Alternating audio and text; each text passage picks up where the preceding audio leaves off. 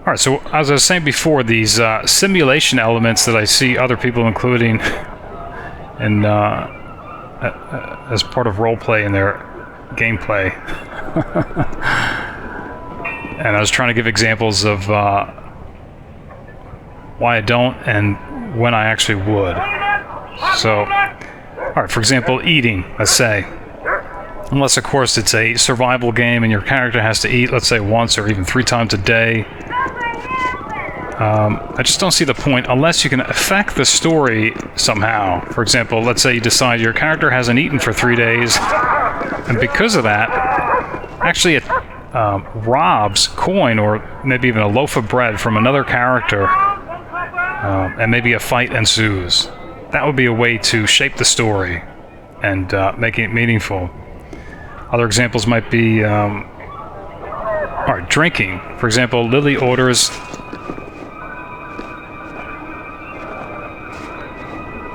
wine, usually at taverns, but I only do that because I'm still waiting on Shahira. Because of the rumor mechanic. If it wasn't for that, I probably wouldn't even bother with it. Unless I could work it into the story. For example, let's say somebody becomes intoxicated at a tavern and attacks another patron outright, unprovoked. At least then it's having some effect on the story. I guess another example might be, well, clothing. Again, barring things like mechanics, if your sneak skill, let's say, might be improved if you take off your shoes. I don't see any point of including that unless you can affect the story. An example might be, sometimes I like to orchestrate things, because again, I'm trying to tell a bit of a story. So let's say you know a certain encounter is coming up in a town. So you might have your fighter undon his armor so that when the encounter does happen, he has to do something he normally doesn't do, which is flee, because he's not prepared. At least then you've affected the story somehow. What? Actually, curious.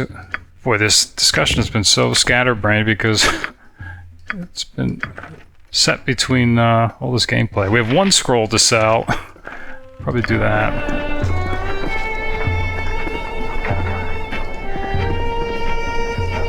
I don't usually speak to the likes of you, but hello. Here it is. Okay. Corgan, I'm interested in whether your clan has ever had interaction with House De Vere. It seems to me, if memory serves, that our sphere of influence was quite close to your Blood Axe clan's stronghold near Talthalra weren't. Shithla Haralith. Probably butchered the drow. Nay, speak that vile tongue to me, black skin. If it moves, I've killed it, but if it be drow, tortured it for days first. As for that house of yours, I burned it and relieved myself on the embers and dead.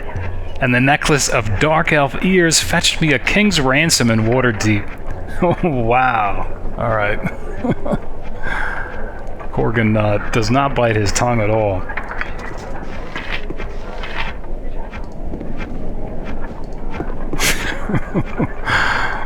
Ribald Bardaman at your service.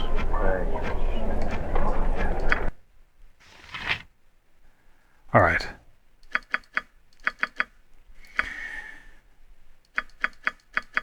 So, as usual, probably make a lot of mistakes here. Selling the Wand of Lightning. Alright, darts. I think we're certainly selling this. Cloak of Stars. And suits of armor. Duskblade. Yeah, I think we're going to sell the Warhammer versus Giantkin. She has the Warhammer of Thunderbolts. That's Lilly's robe. Alright, Dark Mail. And the gem bag was empty, so we only have this diamond. Okay.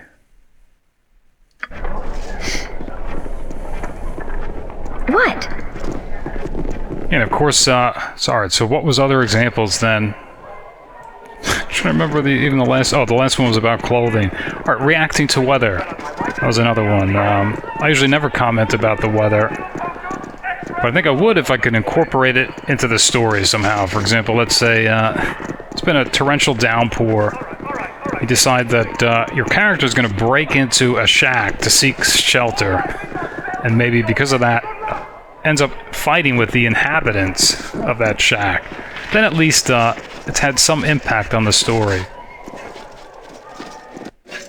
So again, this is not meant as a criticism against people who do include what I consider these simulation elements in their roleplay. Just trying to explain why I don't do them. In fact, I think there's a value to it, mainly regarding immersion. Because I think simulating, for example, eating and drinking, things like that, can actually help, I guess, a player, and maybe even a viewer, immerse themselves in the story a little bit more.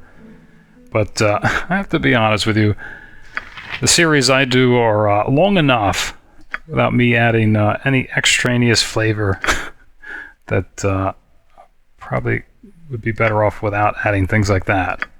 Hope you agree. Alright. I think we're good. We just need to wait for nightfall. Yes? Never had rats. No, sorry.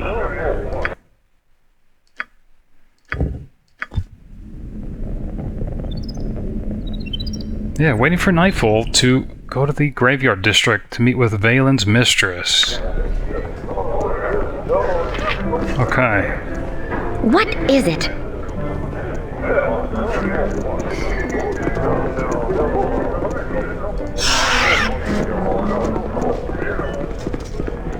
What? Of course, it's time for Duke to go back into his pack, and her pack.